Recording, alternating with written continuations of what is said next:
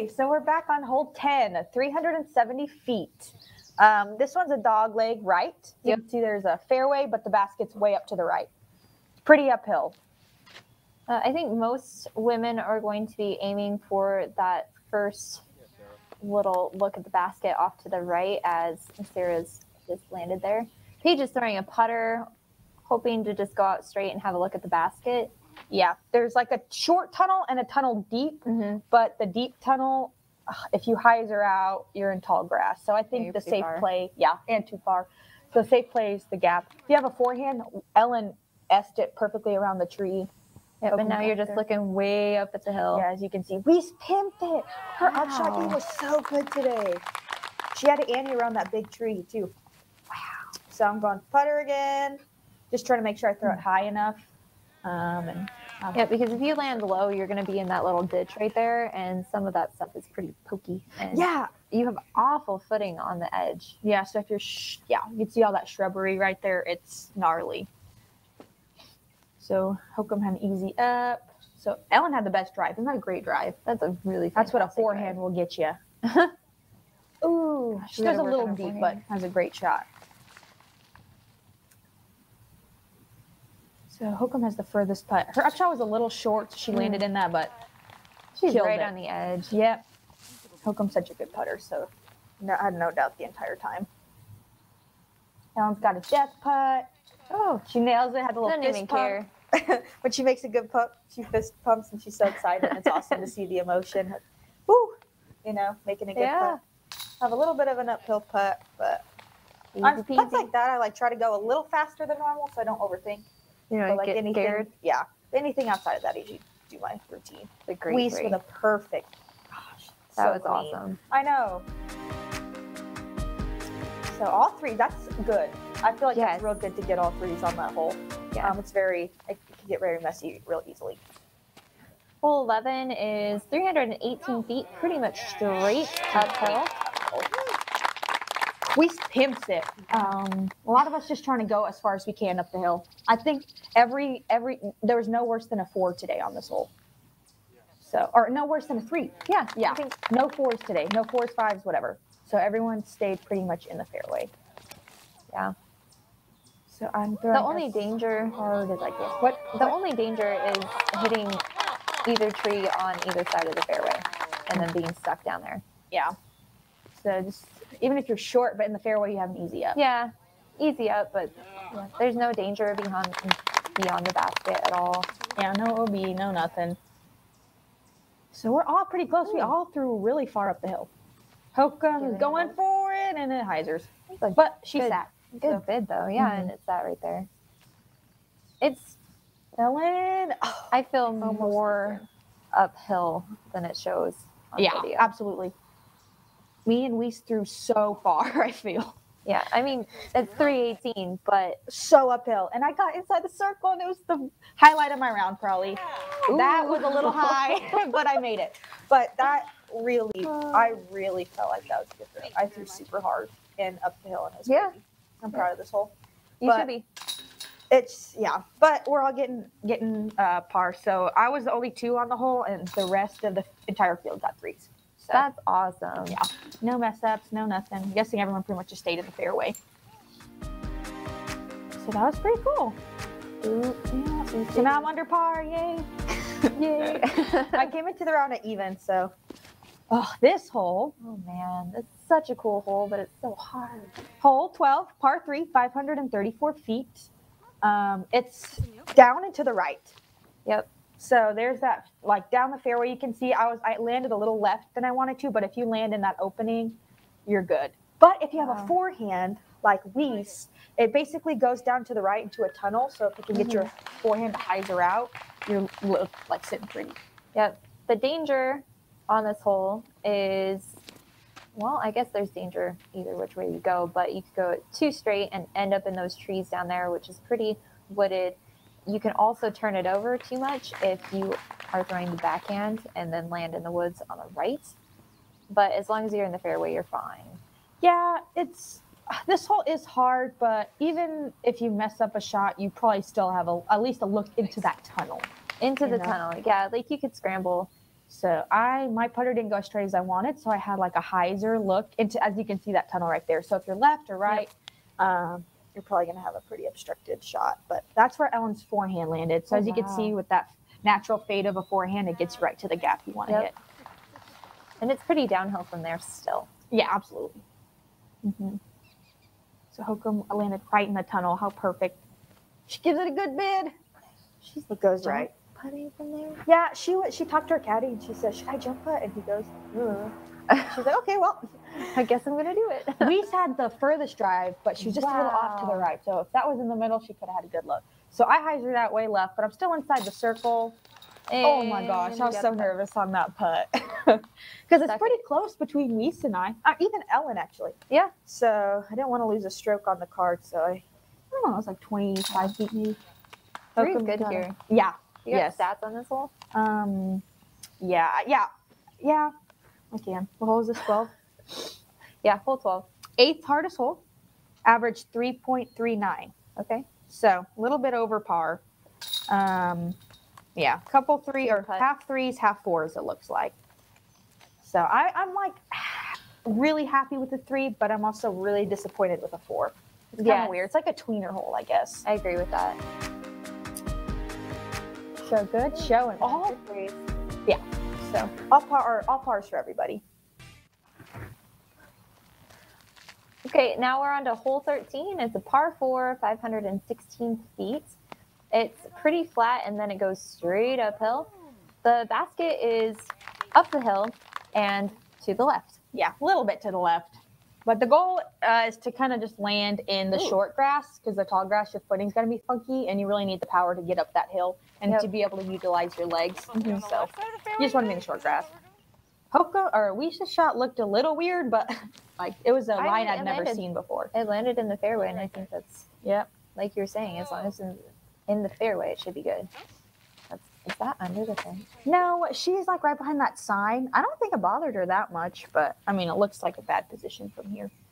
Ellen cranks over her forehand and gets up the hill. Yep. Great shot. That's where you want to be.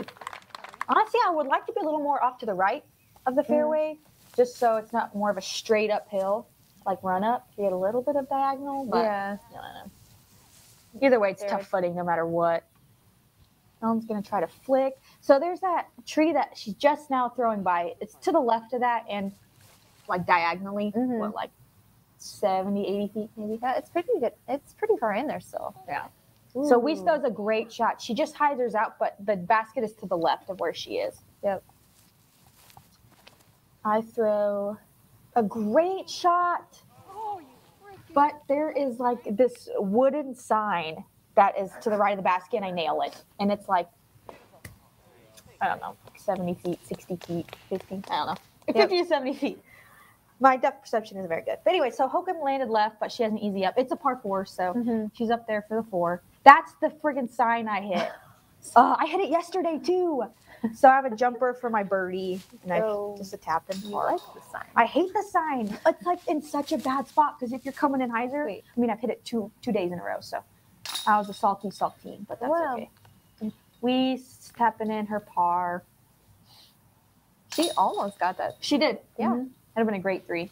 I wanted to 3 this so bad, but I didn't get the 3 either round, or any of the 3 rounds, unfortunately. But I never got a bogey, so that's good. Yeah, I was checking the rim of my disc to see if a chunk was taken out of it, because I hit it so hard.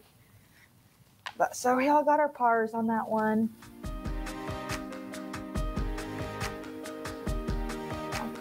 Wow, pretty clean for everybody. I'm just batted 9. I don't think Sarah's taking a bogey. No. Okay, this one's really cool. I like this hole a lot. This is hole 14, par 3. It's 375 feet downhill, and it's a hyzer. So basically, you just want to throw something kind of flat or a little bit right and let it hyzer down the hill.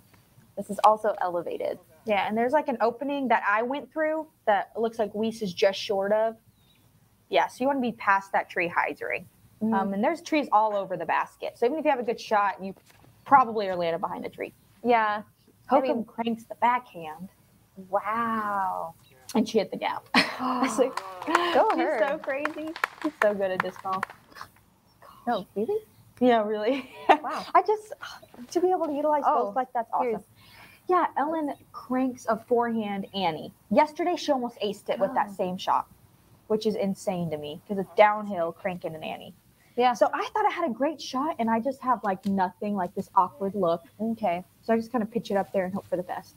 So I got through the gap I wanted, but I'm a little deep. But I don't I'm think inside you the threw it circle. far enough. I threw it deep. Oh, you mean the drive? Anyway, so Hokom had a good jumper. Ellen. Hit it. Oh. Ooh. No, just a little left. Weese gets to that tree and finds an opening and nails the putt. Elevated basket, way outside the circle. And she goes, what, like one around, or I make one around, or something. Like she says she always cans one big putt around. And I'm like, that's clutch. That was awesome. That was a great putt. So I have an awkward straddle, but I'm really close. You guys can laugh at that shot. That was real bad. It was bad. A little like shaky nerves because I was beating Weese by 3, and she just took a birdie, and I just took a bogey. So yeah, 2-stroke swing on this little downhill shot. So I'm real nervous. But again, that's a putt that anybody should be able to execute. I mean, it's so short. So a little slip up on my end, but Ellen has a good putt. Great putt. So let's see. So Hokom and Ellen got 3. Let's see.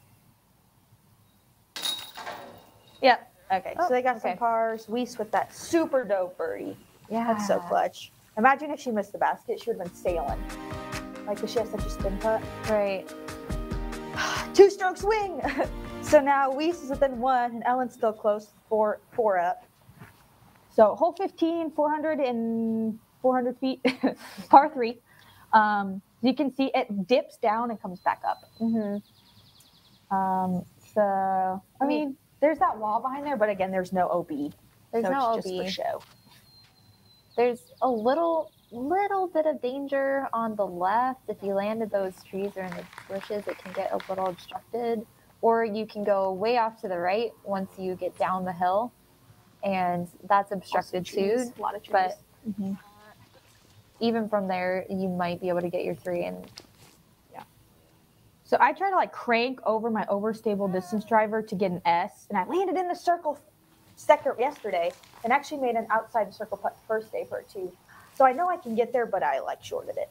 Ooh, but Ellen has a cool layout shot and gets right up to the basket. Yep. So also the danger on this is the hill. So if you hit basket, you can roll down that hill. Definitely. So Weese has a great upshot. Easy look. Oh. Hokom landed perfectly. That's where you want to be, right in the middle, just so you can catch up.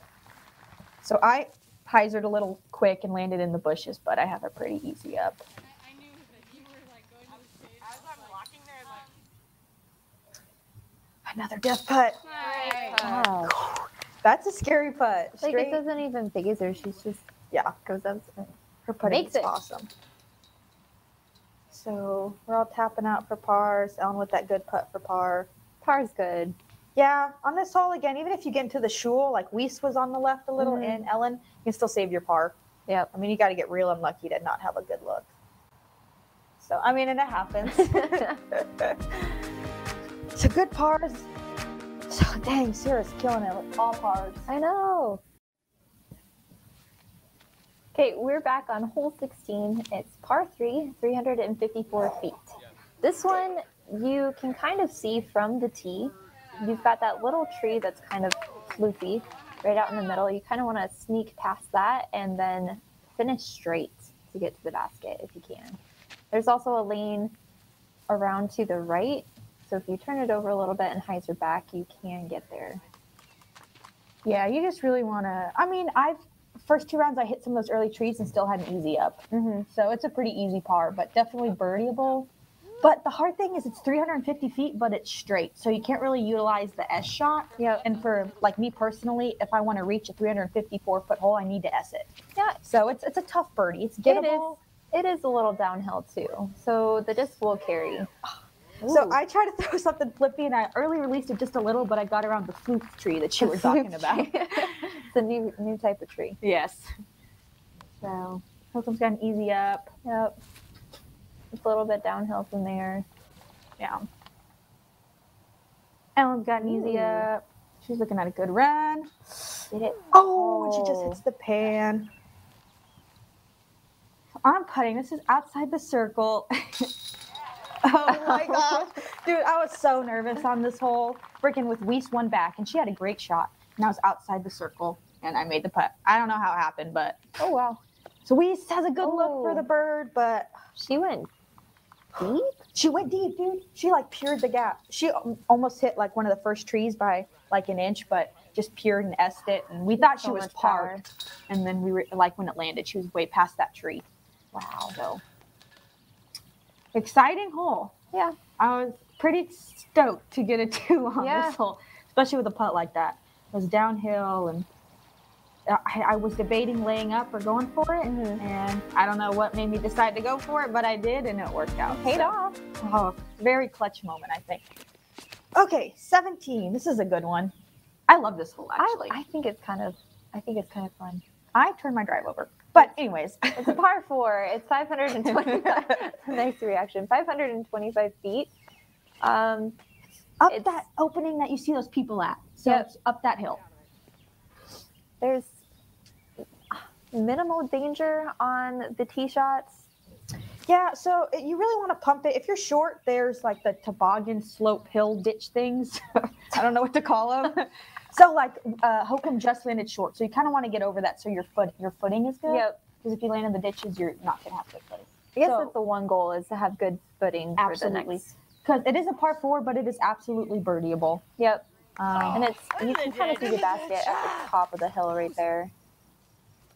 So Jessica has to do a crazy Annie forehand. And hits it again. To the top of the hill. She's up there for a good look at the putt for 3. It was so fun to watch her throw. If you look at like the last 5 forehand up shots, they were incredibly hard, and she executed them perfectly. Sarah does a forehand Annie as well, but turns it a little bit.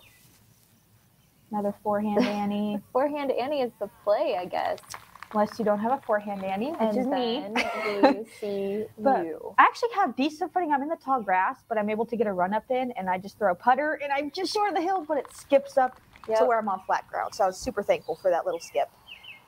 There goes for her. Looks like from my perspective, it looks like she's laying up. It kind of did look like that, There's a hill behind the basket that you can roll down. Oh, that Ellen was with a clutch putt. And she got a birdie, so she was stoked. She got pars the first 2 rounds, and she really wanted to finally get a birdie. Yeah. And she was so happy.